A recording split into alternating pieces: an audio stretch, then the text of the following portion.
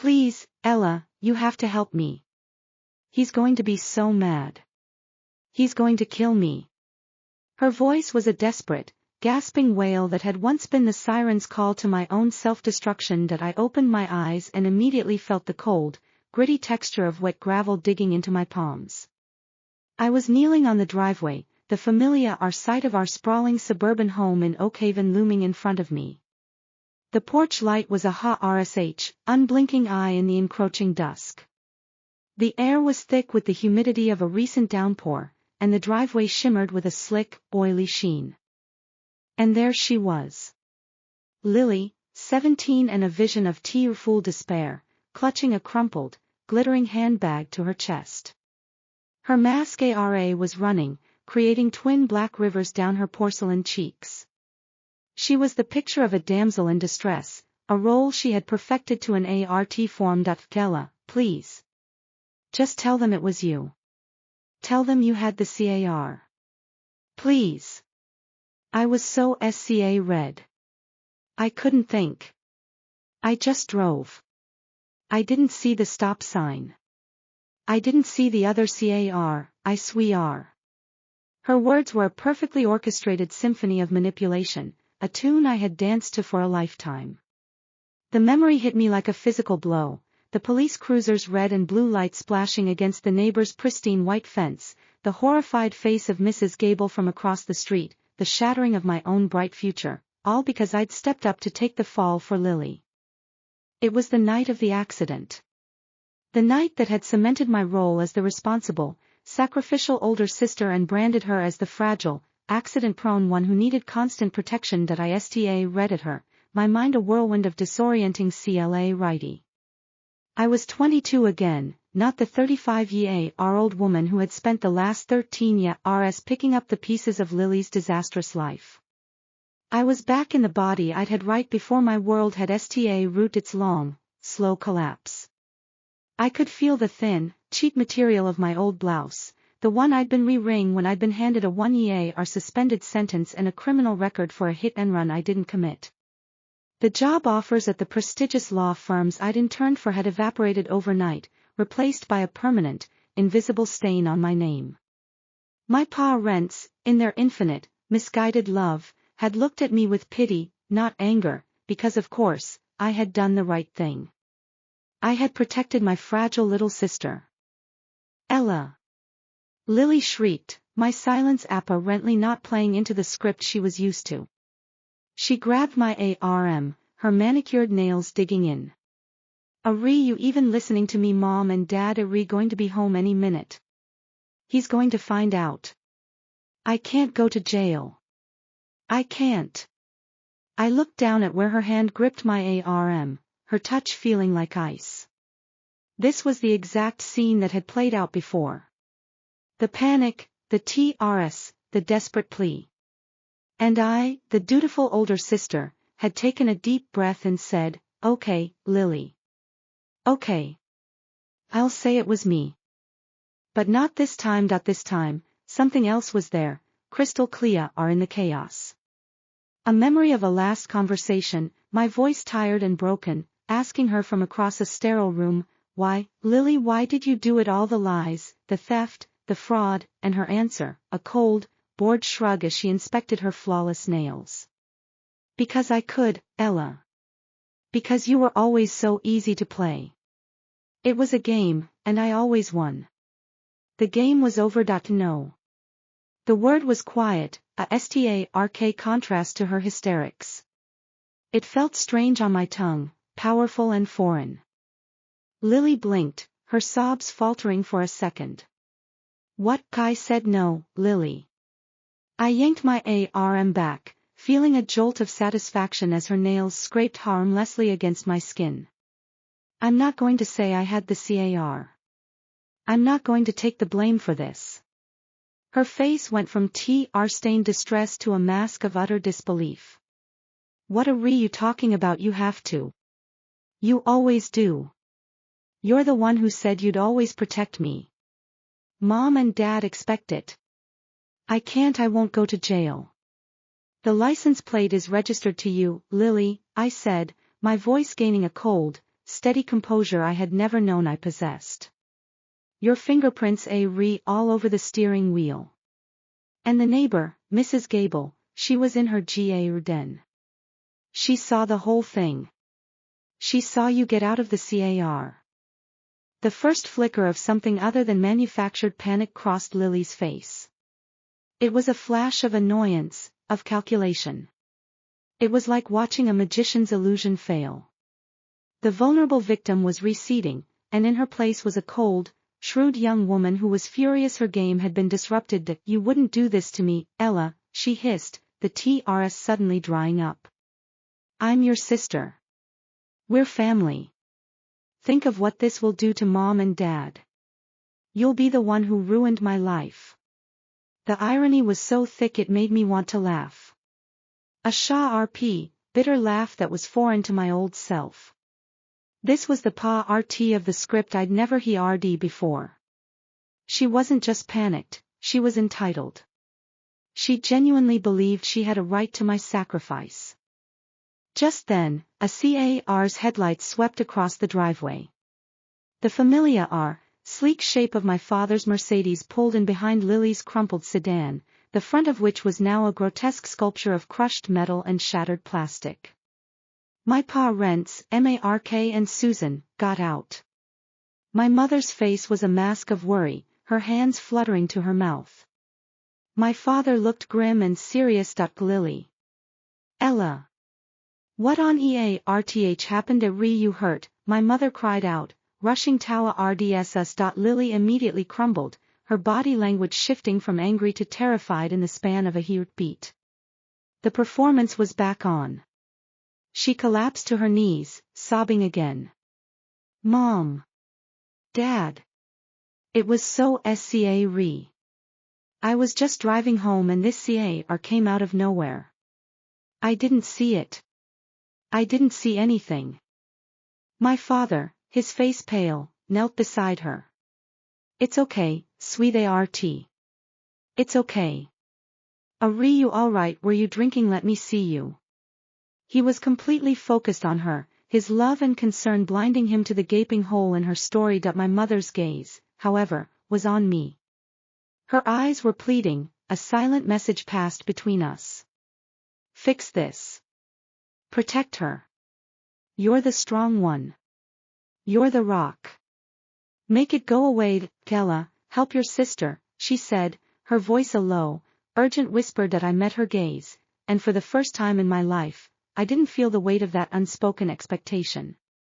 I didn't feel the crushing need to be the family's emotional anchor.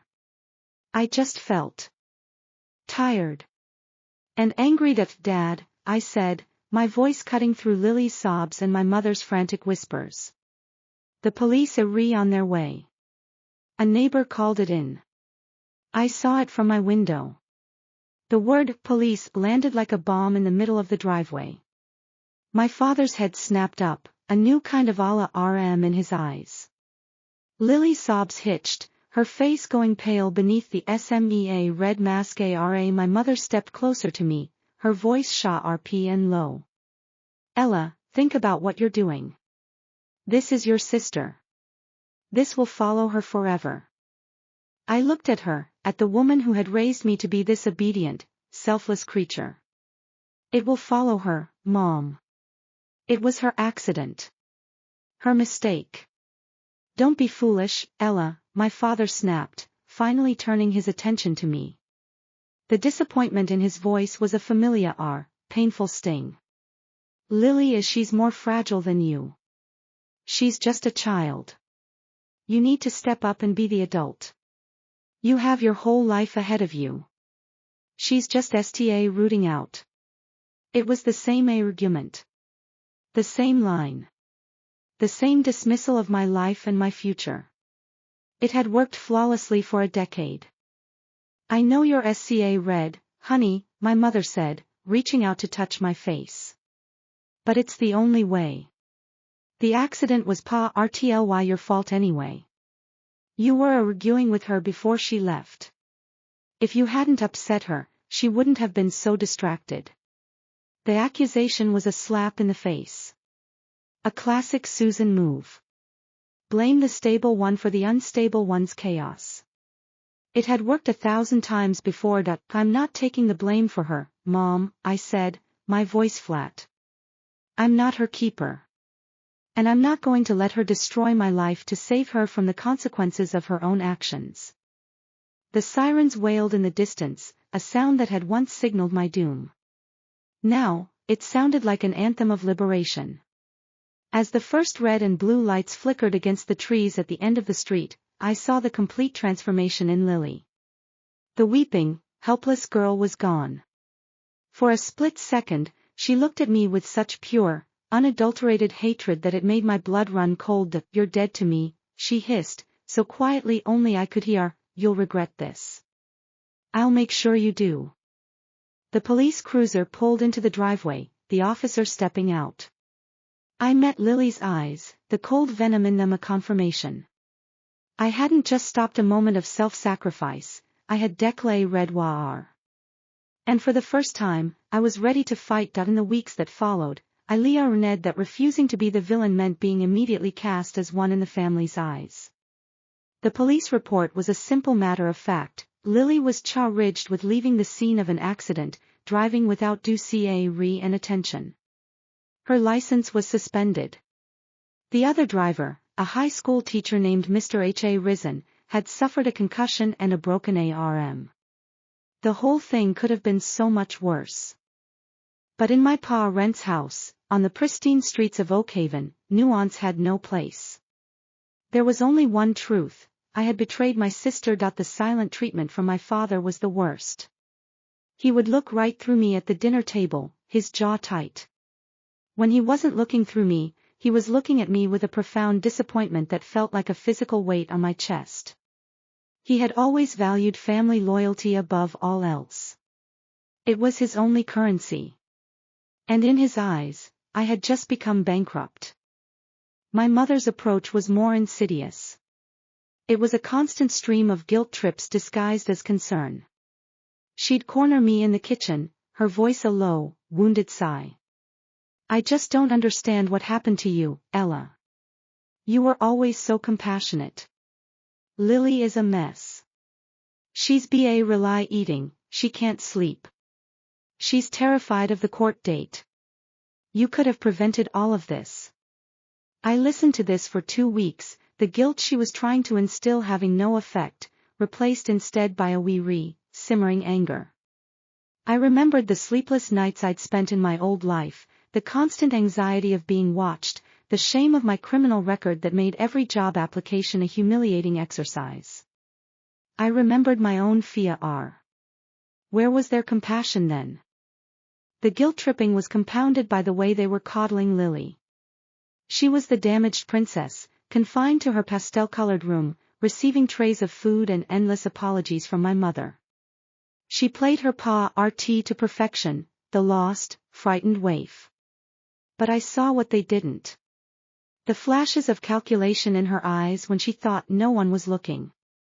The way she subtly directed my mother's attention, turning every conversation about the accident into a pity parody for herself. The main stage for her performance was her bedroom. It was a pink, floral explosion of pillows, stuffed animals, and fairy lights. It was the room of a teenager, not a young woman, and that was exactly how she wanted to be seen. I walked past it one afternoon and heard her on the phone, the despair in her voice so thick you could almost taste it. I just can't believe she did this to me, Chloe, she sobbed into the phone. She's always been so jealous of me. She saw a chance to ruin me and she took it.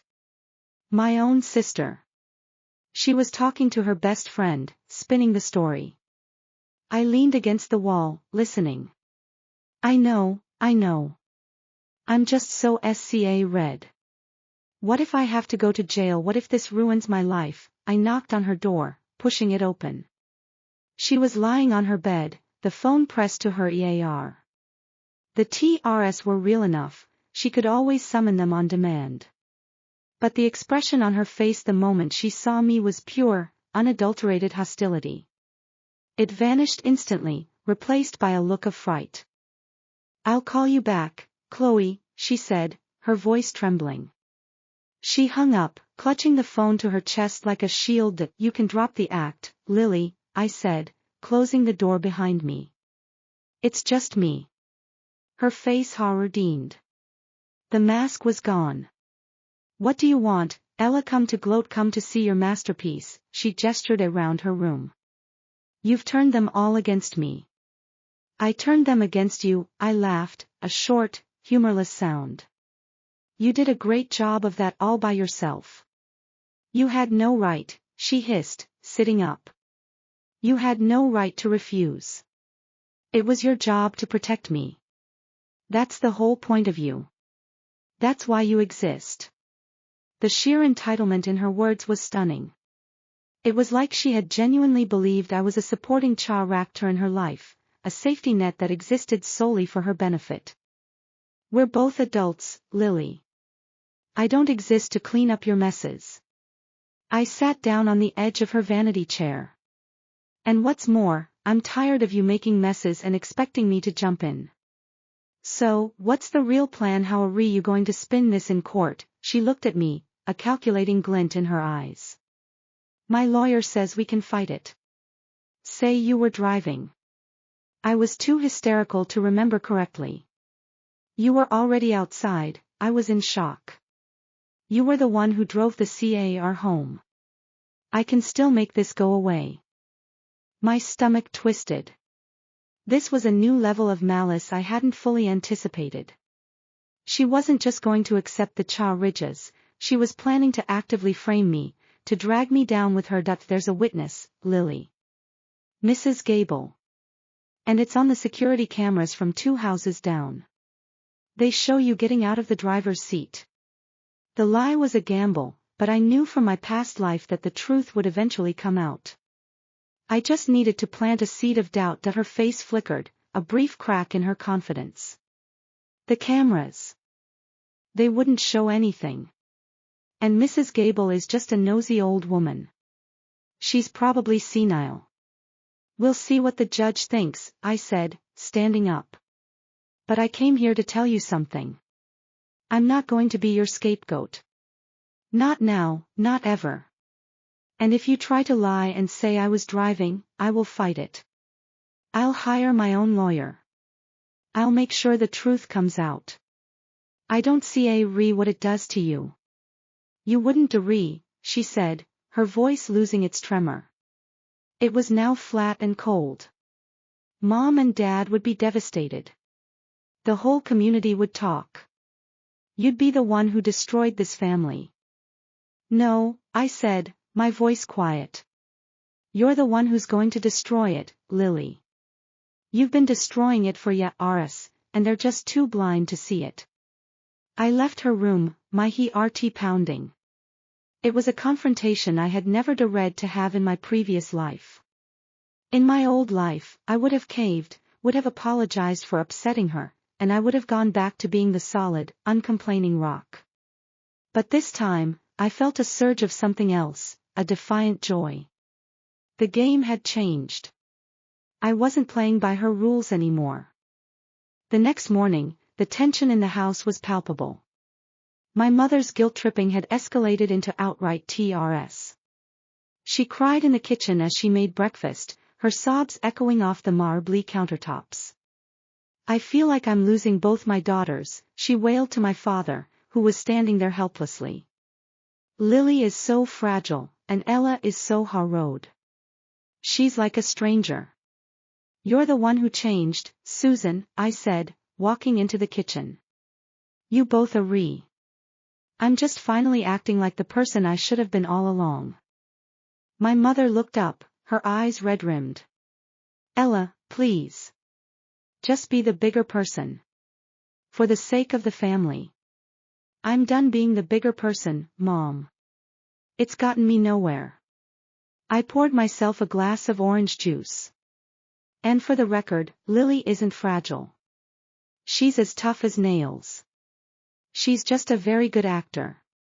My father slammed his coffee cup down on the counter. That's enough, Ella. You've done enough damage. We're a family, and you've torn us apart. No, Dad, she tore us apart. And you too, by letting her get away with everything, created a monster. I looked at my father, my voice flat. Do you know what Lily's game is, Dad? She's like a cat playing with a wounded bird. She enjoys the manipulation. That's a terrible thing to say about your sister, my mother said, aghast at it's not terrible. It's the truth, I said, feeling a wave of calm wash over me. And what's more, I think you both know it, somewhere deep down. You just don't want to admit it because it would mean admitting you failed her. I walked out of the kitchen, leaving them both in stunned silence. As I passed Lily's room, I saw her door was slightly ajar. She was standing by the window, a phone pressed to her ear. Her voice was low and conspiratorial. No, he doesn't suspect a thing. He's going to find out the hard way. She was talking about a boy, I realized. A boy named Justin, a financier from the city. He was something new, something from this version of the timeline.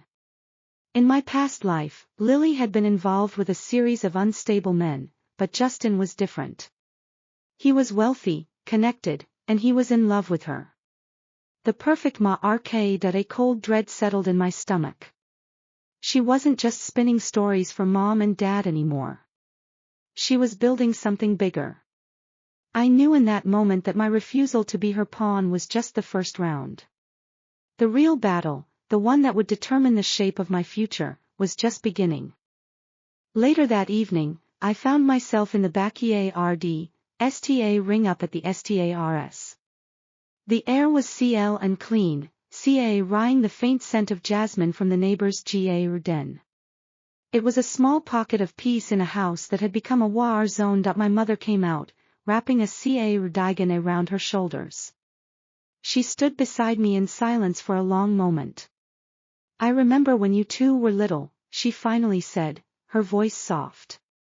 You were always so protective of her. When she fell off her bike, you were the one who ride her inside. When she was red of the dark, you were the one who let her sleep in your bed. That was a long time ago, Mom. It was. But I keep thinking, where did that girl go? She turned to look at me, her eyes searching my face. The Ella I raised would never have done what you did tonight. The Ella I raised would have protected her sister, no matter the cost. The Ella you raised didn't know any better, I said, my voice quiet. The Ella you raised thought that love meant sacrifice. That it meant setting yourself on fire to keep someone else warm.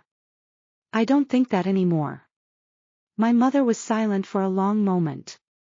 Then, softly, she said, I don't understand you anymore, Ella. I don't understand why you're so angry. We gave you everything. A home, an education, a future. And you're throwing it all away because of some petty jealousy. Mom, it's not jealousy. It's self-preservation. There's a difference. I turned to face her fully. Do you know what my life would have looked like if I had taken the blame for Lily's criminal record? A ruined career. A lifetime of being the one who was always bailing her out of trouble. Do you even care about that? Of course I care, she said, but her voice was thin, unconvincing. But Lily is your sister. Family comes first. Family should come first, I agreed. But family doesn't mean one person does all the sacrificing while the other does all the taking. That's not family, Mom. That's a cult, and I'm done being the acolyte. I left her standing in the yard, her cardigan pulled tight around her shoulders, and walked back into the house. As I passed Lily's room, I heard her voice again, this time softer, more intimate. She was talking to Justin, her tone honey-sweet and utterly convincing that I missed you too, baby. I know. It's been so hard. My sister is she's so difficult. She's always been jealous of us. I don't know what I did to make her hate me so much. I stood there, listening to her weave her lies. It was like watching a spider spin a web, each thread more intricate and beautiful than the last. And at the center of it all sat Justin, a trusting fly who had no idea he was about to be devoured. The next morning, ISTA route making my own plans. I went to the library and printed out everything I could find about Justin Sterling, his business, his connections. ISTA route building a file. If Lily was going to try to destroy Justin, I was going to make sure he knew what was coming. It was a long shot, but it was the only shot I had that I found out he had a meeting at his office in the city on Thursday. I didn't have a plan, not really. I just knew I had to warn him. I had to try it out that Thursday. I put on my best blazer, the one I used to wear for interviews, and took the train into the city. His office was in a gleaming glass tower overlooking the river.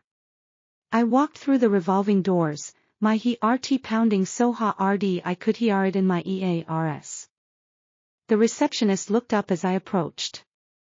"Can I help you? I'm here to see Justin Sterling," I said.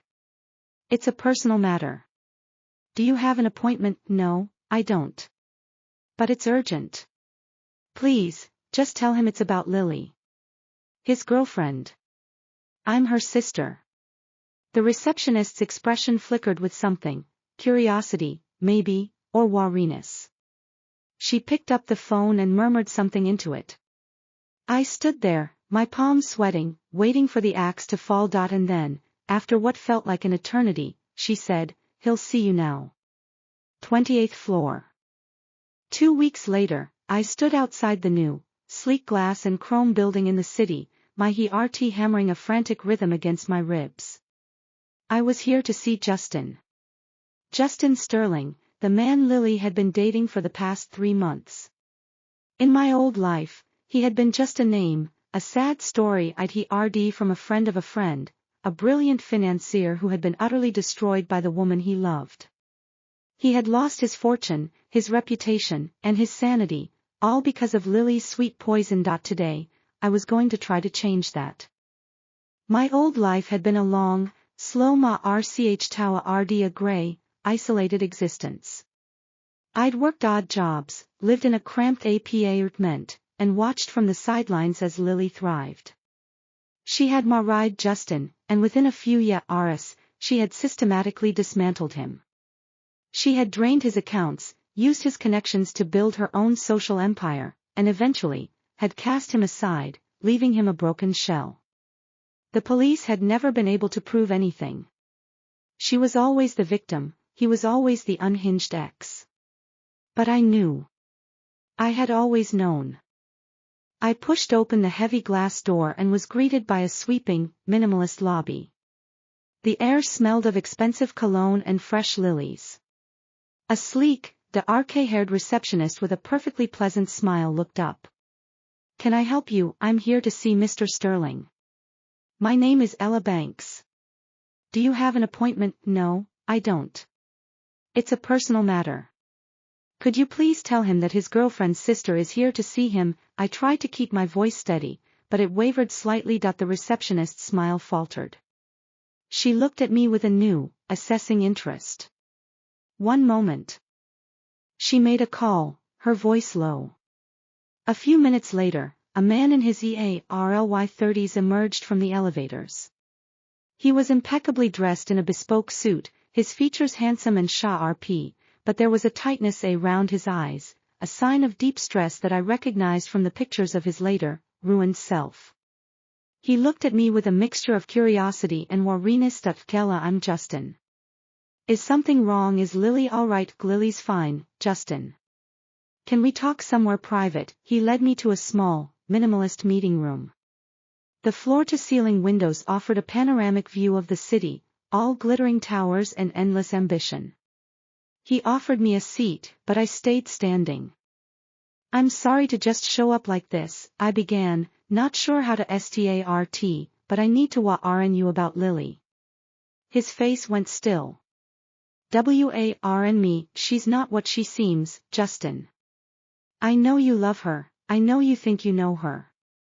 But the persona she's shown you, it's a performance. She's a manipulator. She's been doing it to our family our whole lives. She's going to do it to you, too." He read at me for a long moment. Then, he laughed. It was a sharp, incredulous sound. Ella, I appreciate the concern, but this is ridiculous. Lily talks about you all the time. She said you were having a hard time accepting her new relationship. She said you were jealous. The words landed like a slap. Of course, she'd seen this coming. She'd already laid the groundwork. I was the jealous, unstable older sister. I'm not jealous, Justin. I'm trying to protect you. She's a master manipulator. She has our whole family wrapped around her finger. She sees people as tools, as resources. That's not the woman I know, he said, his voice the woman I know is kind, gentle, and she's been through so much. She told me about the accident. She told me you refused to help her. She said you blamed her.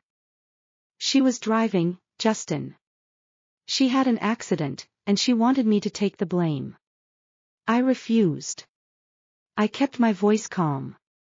The police report is a matter of public record. You can check for yourself. And you should, because she's lying to you. He looked at me, a flicker of something, uncertainty, maybe, crossing his face. He was a smart man. He had to have noticed the inconsistencies. The police report, he repeated, his eyes narrowing. Yes. It's a simple fact. She was driving. She drove away from the scene. She's facing charges. But she's telling you that I'm the one who's lying, that I'm trying to ruin her life. He was silent for a long time, his eyes searching my face. Why are you telling me this? What do you get out of it? I get nothing, I said, my voice raw.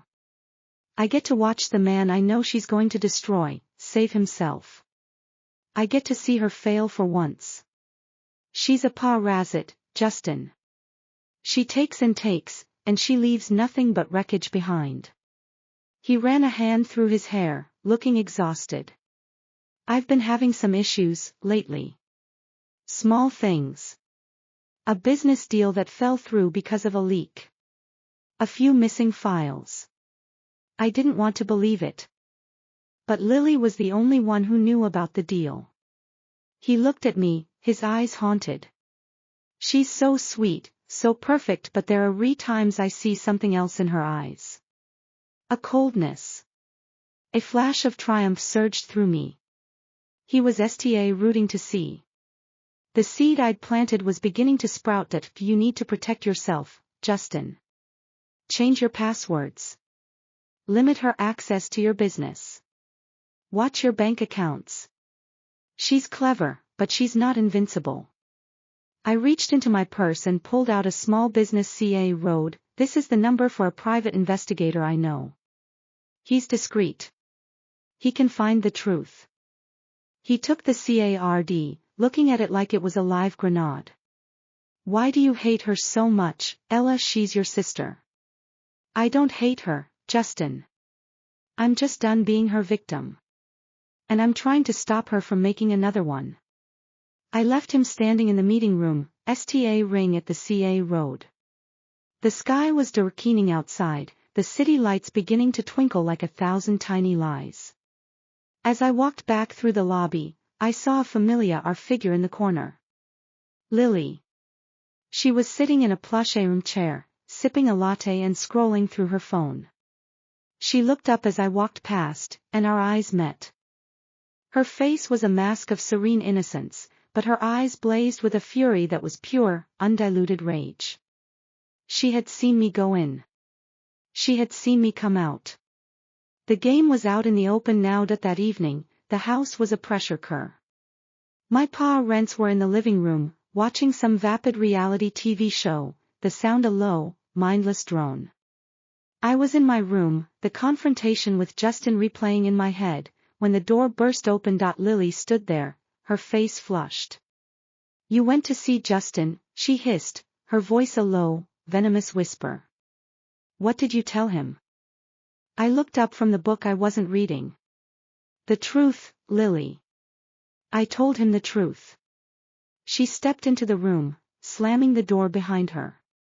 You have no right to interfere in my life. Justin is the best thing that ever happened to me. And you're trying to ruin it.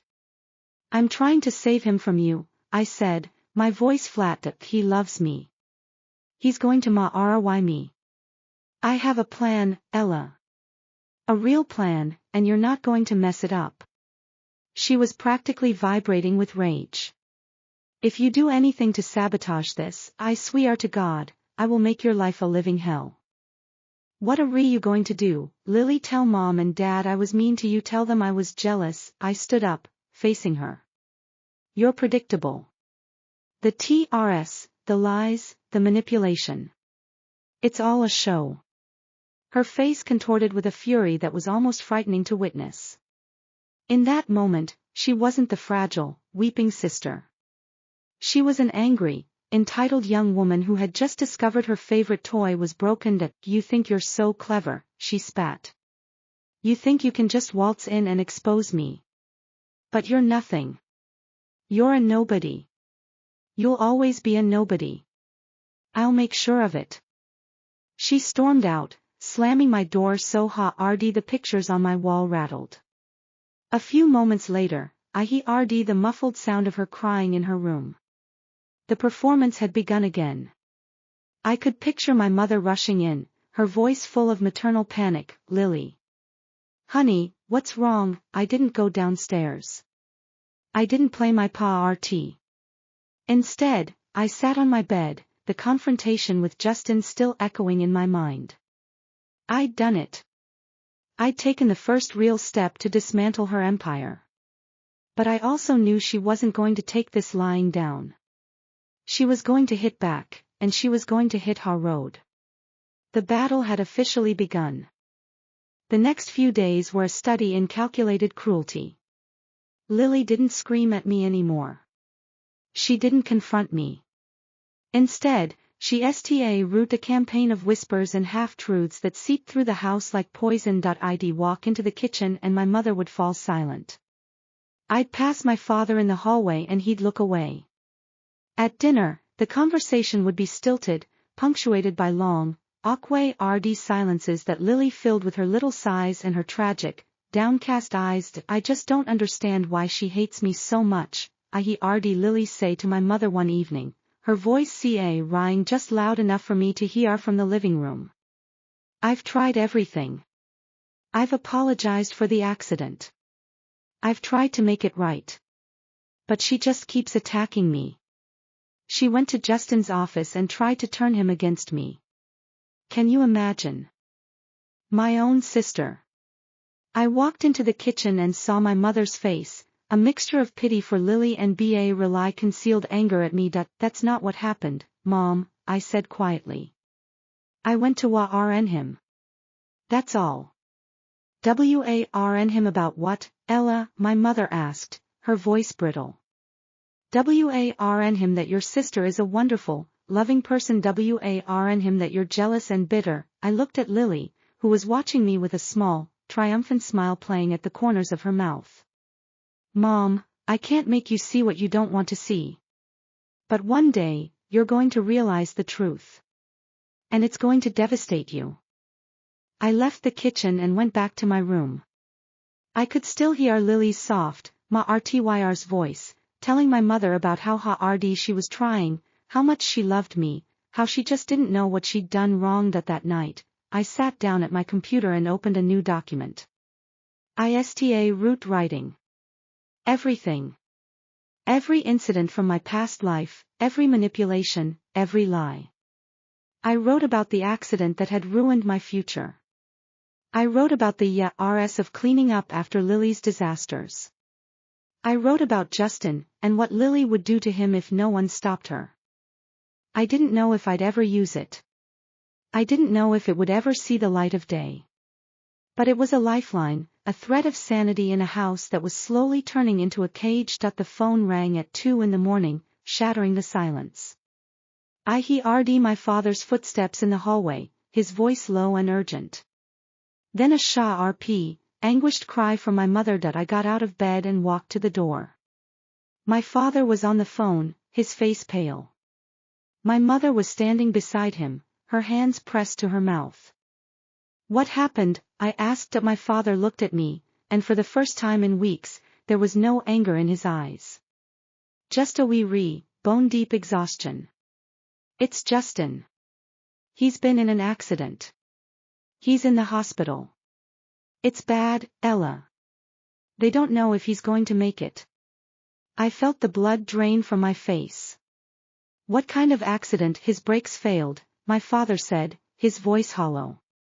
He was driving down a steep hill. He went through a guardrail. The car flipped. I looked past him, down the hallway, to Lily's room. Her door was closed. There was no sound coming from inside. No sobs, no wails of distress. Just a heavy, oppressive silence. And I knew. I knew with a certainty that turned my blood to ice. Justin's brakes hadn't failed. They'd been tampered with. And I knew exactly who had done it. The hospital corridor smelled like antiseptic and despair. I'd been sitting in this plastic chair for 3 hours, watching the doors to the ICU swing open and closed, each time my heart lurching with the hope that it would be good news. It never was. Justin was alive, rely. The doctor said he'd been lucky, if you could call it that. A shattered leg, 3 broken ribs, a concussion that had left him in a medically induced coma. They were monitoring him for brain swelling. The next 48 hours would be critical. My parents were somewhere down the hall, talking to a doctor in hushed tones. Lily was conspicuously absent. She'd claimed she was too distraught to come to the hospital, that seeing Justin like that would break her. My mother had bought it, of course. She'd wrapped Lily in a blanket and told her to stay home, to rest, to try not to worry. But I knew the truth. Lily wasn't at home resting.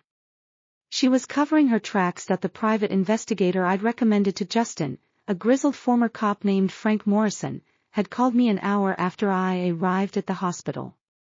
His voice was rough, clipped, the voice of a man who had seen too much and trusted too little. Miss Banks, I need to talk to you. Not on the phone. Can you meet me? I glanced at my parents, still huddled with the doctor. I can't leave right now. Justin's in critical condition. I know, Frank said. I'm at the hospital. I'm in the cafeteria. Come down when you can. I found him at a small table in the corner, nursing a cup of black coffee that looked like it had been there for hours. He was in his late 50s, with a face like cracked leather and eyes that missed nothing. He slid a folder across the table. Toward me. I've been digging into your sister's activities for the past few weeks, he said, his voice low. Just like Justin asked me to. And I found some things that are going to make you sick. I opened the folder. Inside were bank statements, email printouts, and a series of photographs. Lily, meeting with a man in a dark alley behind a bar. Lily, handing him an envelope. Lily, smiling that she's been making regular cash withdrawals from Justin's accounts, Frank said, tapping the bank statements. Small amounts at first. Nothing that would trigger any RMS. But they add up. Over the past month, she's moved almost $200,000 out of his personal accounts. Where did it go? Here. He pointed to one of the photographs. This man is a mechanic. A shady one. Works out of a garage on the south side of the city. I did some digging on him. He's got a record. Extortion, theft, assault. Your sister paid him $5,000 in cash, 3 days before Justin's accident. My stomach lurched. She paid him to tamper with Justin's brakes. I can't prove that yet, Frank said, leaning back in his chair. But I can prove the cash withdrawal. And I can prove she met with him. And if I can get him to talk, I can prove a lot more. Justin's family, I said, my voice really a whisper. They need to know. They need to protect him. I've already contacted them, Frank said. They're on their way from Boston. And I've given them copies of everything I've found. They're going to want to press charges, Miss Banks. Against your sister. I nodded, my mind reeling. This was it. This was the moment I'd been waiting for. The moment when Lily's web of lies finally sta route to unravel. But I also knew Lily. She wasn't going to go down without a fight. And she wasn't going to give me any warning before she struck back. I spent the rest of the day at the hospital, waiting for news about Justin. His parents arrived in the evening, a distinguished couple who looked like they'd been revered from granite. They spoke to the doctors, to the police, to anyone who would listen. And they spoke to me. You're the sister, Justin's mother said, her voice cold. The one who warned him. The one who tried to help. I nodded, not trusting my voice. Frank told us everything, she said, her eyes glistening with unshed tears. If it weren't for you, we might never have known. We might have buried our son without ever understanding what happened to him. Your sister is a monster, his father added, his voice flat. And we're going to make sure she pays for what she's done. I left the hospital that night feeling hollow. I'd done what I set out to do. I'd exposed Lily. I'd saved Justin. But the cost was higher than I'd ever imagined. When I got home, the house was dark. My parents were still at the hospital. Lily's room was silent. I walked past her door, my footsteps soft on the carpet, and I heard something that made me stop. A voice. Low, angry, desperate. She was on the phone again. I told you to be careful. I told you not to leave any evidence. Now the police are asking questions, and I have a private investigator sniffing around my apartment.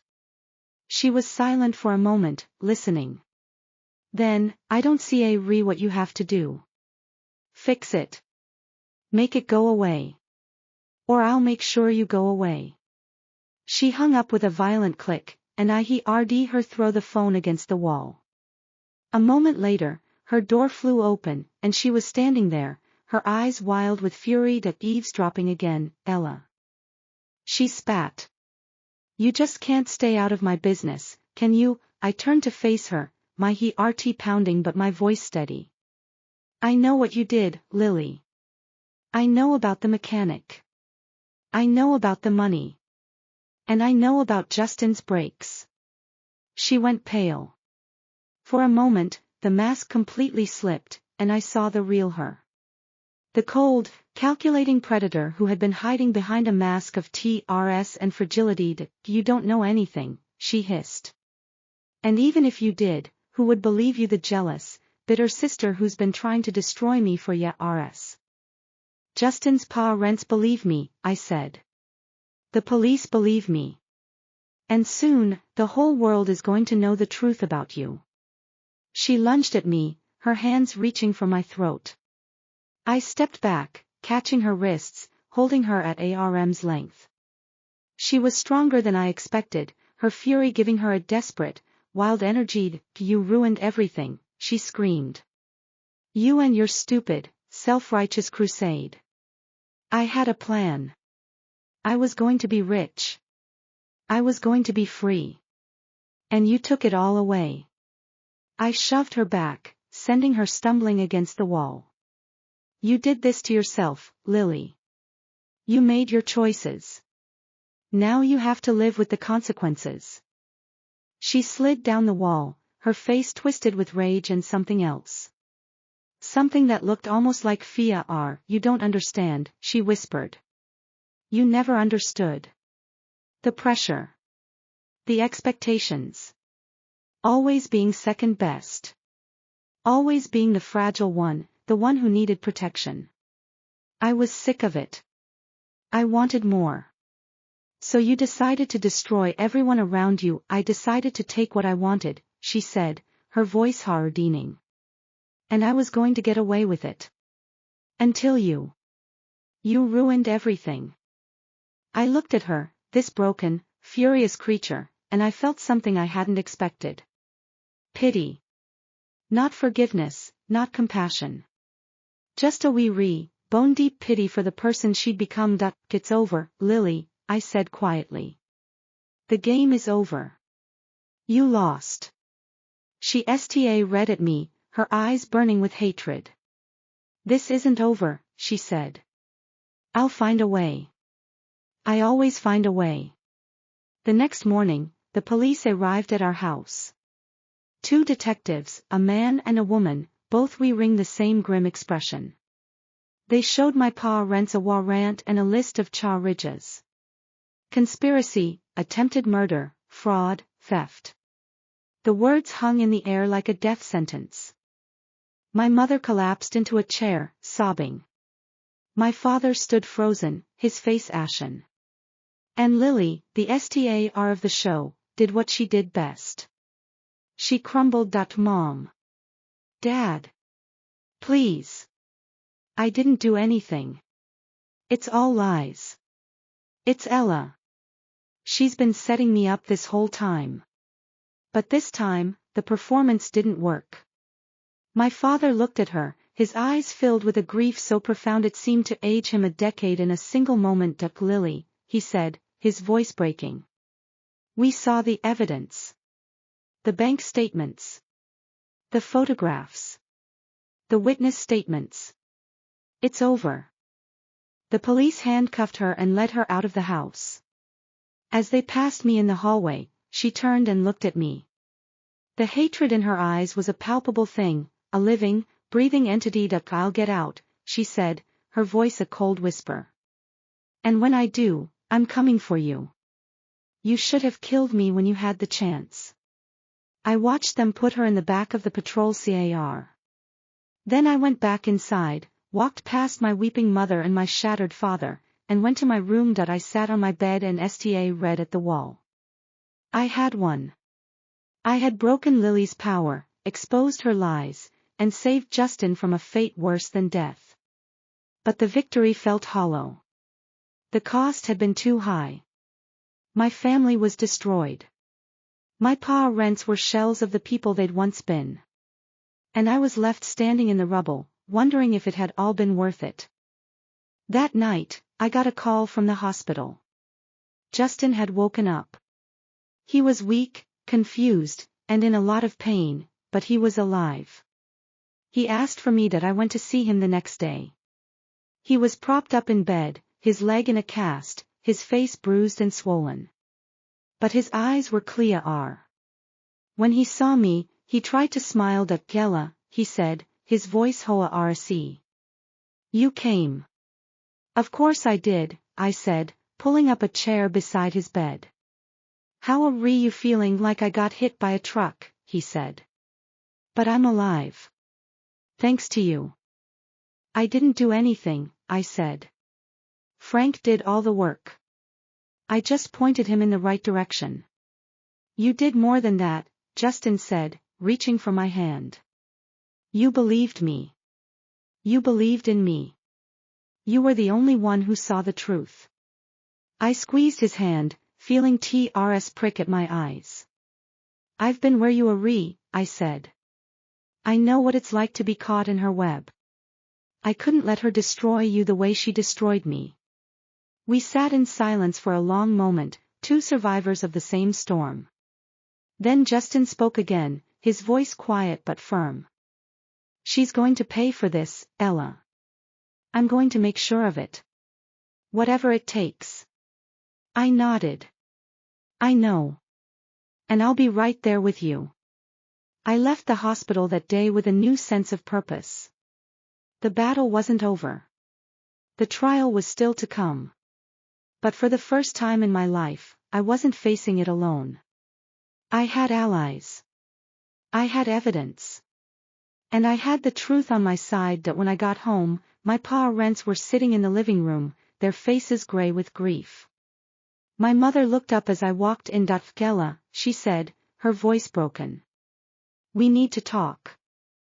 I sat down across from them, bracing myself for what I knew was coming. We've been thinking, my father began, his voice heavy.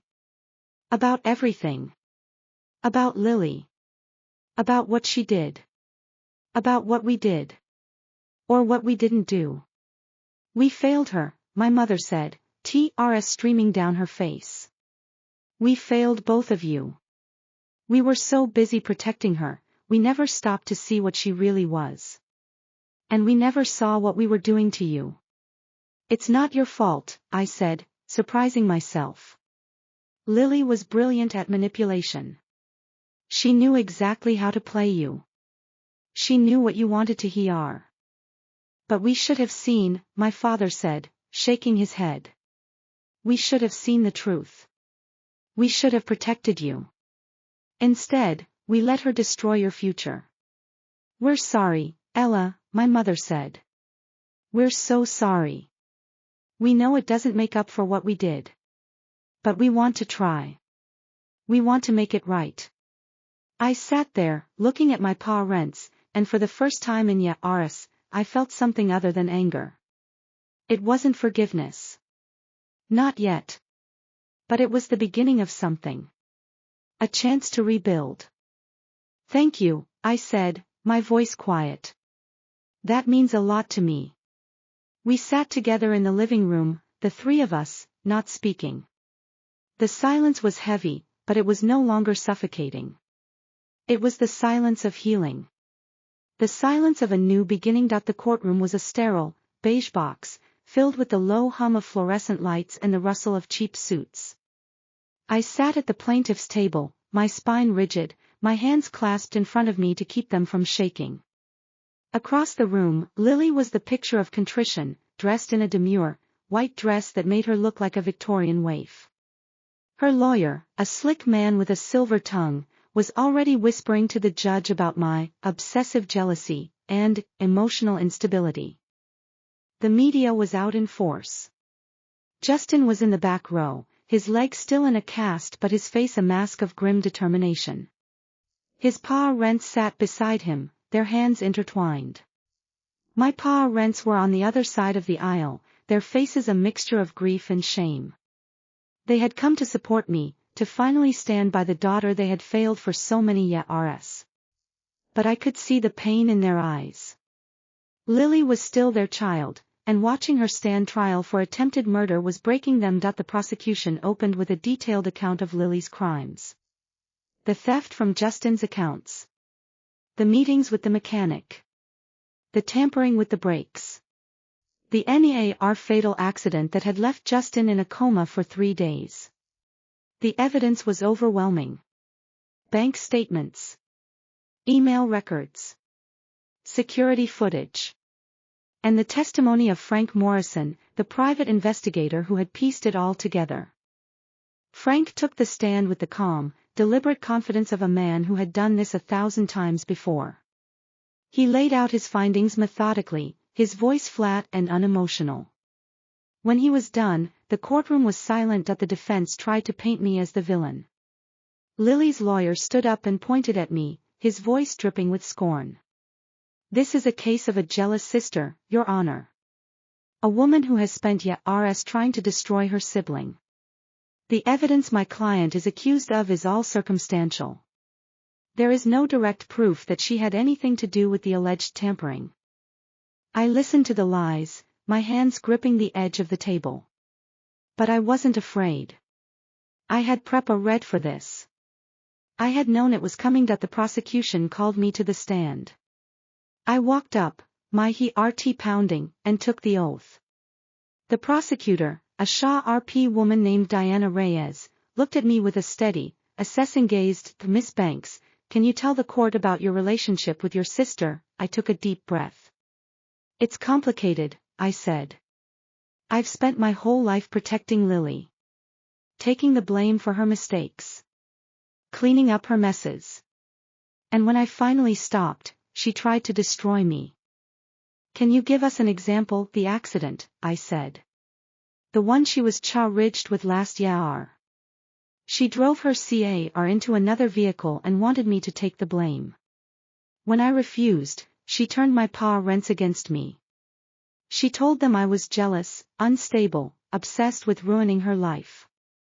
And what about Justin Sterling? Did you warn him about your sister? Yes, I said. I went to his office and told him the truth. I told him she was manipulating him, using him for his money and his connections. I told him she was dangerous. Did he believe you? Not at first, I said. But he sta root to see the truth. And then she tried to kill him. There was a murmur in the courtroom. The defense lawyer jumped up, objecting. But the judge overruled him, and I continued that I know my sister, Your Honor, I said, turning to look at Lily. I know what she's capable of. I've known it my whole life. And I know that if she gets away with this, she will never stop. She will hurt more people. She will destroy more lives. And I couldn't live with myself if I let that happen. When I stepped down from the stand, I saw Lily looking at me. Her eyes were cold, empty. The mask was completely gone.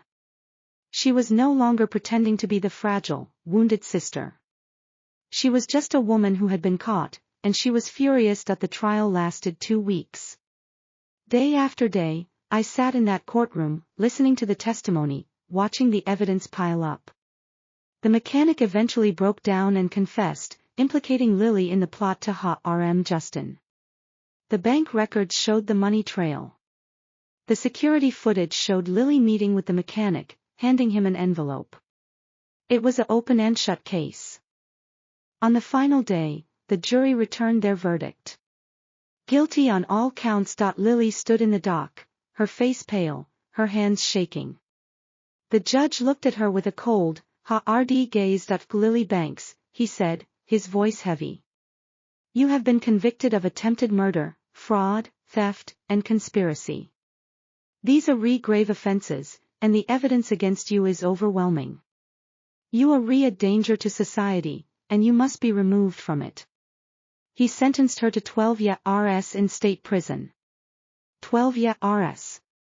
For someone who had spent her whole life getting everything she wanted, it was a lifetime. As the bailiffs led her away, she turned and looked at me one last time. Her eyes were still cold, but there was something else there, too. Regret, maybe. Or just the realization that she had finally, irrevocably, lost it. I hope you're happy, she said, her voice flat. I hope this is everything you ever wanted. It's not about what I wanted, I said. It's about justice. It's about the truth.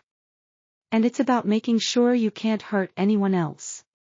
She said nothing else. She just turned and walked away, her head high, her shoulders straight. Even in defeat, she refused to show weakness. After the trial was over, I walked out of the courthouse into the bright sunlight. The air was clean and fresh, and I felt a weight lift off my shoulders that I had been carrying my whole life. It was over. It was finally over. Justin met me on the steps, leaning on his crutches. You did it, he said, his voice full of wonder. You actually did it. We did it, I said. I couldn't have done it without you. He smiled, a real smile, the kind that reached his eyes. What are you going to do now, Ella? You've spent so long fighting her. What's next? I thought about it. For the first time in my life, I didn't know what the future held. I had no plan, no agenda. I was free to, I don't know, I admitted. I guess I'm going to figure out who I am. Without her. Without the fight. I'm going to start living my own life. That sounds like a good plan, Justin said. And if you ever need a friend, I'll be here. We walked down the courthouse steps together, leaving the past behind. My parents were waiting for me at the bottom of the stairs. My mother was crying, her face streaked with tears. My father looked older, but there was something new in his eyes. Respect. Ella, my mother said, reaching for me. I'm so sorry. I'm so sorry for everything. Mom, it's okay, I said, letting her hug me. It's over now. We know we can't make up for what we did, my father said. But we want to try. We want to be better. We want to be the parents you deserved. I looked at him, this man who had been so consumed by his love for Lily that he had forgotten to love me. And for the first time, I didn't feel anger. I just felt sad. Sad for him, for my mother, for the family we had lost. We can't go back, I said. We can't undo what happened. But maybe we can start again. Maybe we can build something new. My mother hugged me tighter, and I felt a flicker of something I hadn't felt in a long time. Hope that night, I packed my bags. I had decided to move out. Not because I was angry, but because I needed to start fresh. I needed my own space, my own life, my own identity. That I rented a small apartment in the city, a cozy place with big windows and a view of the park. It wasn't much, but it was mine. It was the first place I had ever called my own. The night I moved in, Justin came over with a bottle of wine and a pizza. We sat on the floor, surrounded by boxes, and talked for hours. About the trial, about Lily, about the future. Are you going to visit her? He asked. In prison, I shook my head. No. I can't. Not yet. Maybe someday. But not now. That's fair, he said. You've done enough for her. More than she ever deserved. I didn't do it for her, I said. I did it for me. I did it because I needed to stop being her victim. I needed to take my life back. And you did, he said, raising his glass. To Ella. The bravest person I know. I clinked my glass against his, smiling. To the future. A few weeks later, I got a letter from Lily. It was short, typed on plain white paper. Ella, you won. I hope you're happy. But you should know that I don't regret anything. Not the money, not the lies, not the accident. I did what I had to do to survive. You might not understand it, but I don't need you to. I'm writing this to tell you that I'm not sorry. And I never will be. I read the letter twice, then folded it up and put it in a drawer. It didn't hurt the way I thought it would. It didn't fill me with anger or sadness. It just made me tired. Lily had spent her whole life trying to survive, but she had never really lived. She had built her world on a foundation of lies and manipulation, and when the foundation crumbled, everything else fell apart. I had built my world on something else. On truth. On courage. On the willingness to fight for what was right. And that world, I knew, would never fall. The months passed. I found a job at a small law firm, helping people who had been wronged by the system. It was satisfying work, and for the first time in my life, I felt like I was making a difference. That I stayed in touch with Justin. He was recovering well, walking without crutches, rooting to rebuild his life. We were friends, nothing more. We had been through too much together to risk ruining it with anything else. My parents and I were slowly repairing our relationship. It wasn't easy. There was a lot of hurt, a lot of resentment. But we were trying. We were going to therapy together, learning to communicate, learning to understand each other. And Lily was in prison, where she belonged. I didn't hate her anymore. I didn't have the energy for hate. I just felt a distant, aching pity for the girl she had been and the woman she had become. One evening, I was sitting on my balcony, watching the sun set over the city. The sky was a blaze of orange and pink, and the air was still and clean. I thought about my old life, the one I had lived before I woke up on that driveway. The pain, the regret, the constant, grinding exhaustion of being Lily's keeper. And I thought about this new life. The one I had built out of the ashes. The one where I was free. That I didn't know what the future held. I didn't know if I would ever find love, or start a family, or achieve the dreams I had once abandoned. But I knew one thing for certain, that I was no longer a victim. I was no longer a pawn. I was a survivor. And I was finally, truly, alive. That I took a deep breath, and let the peace wash over me. The past was behind me. The future was ahead. And for the first time in my life, I was ready to embrace it.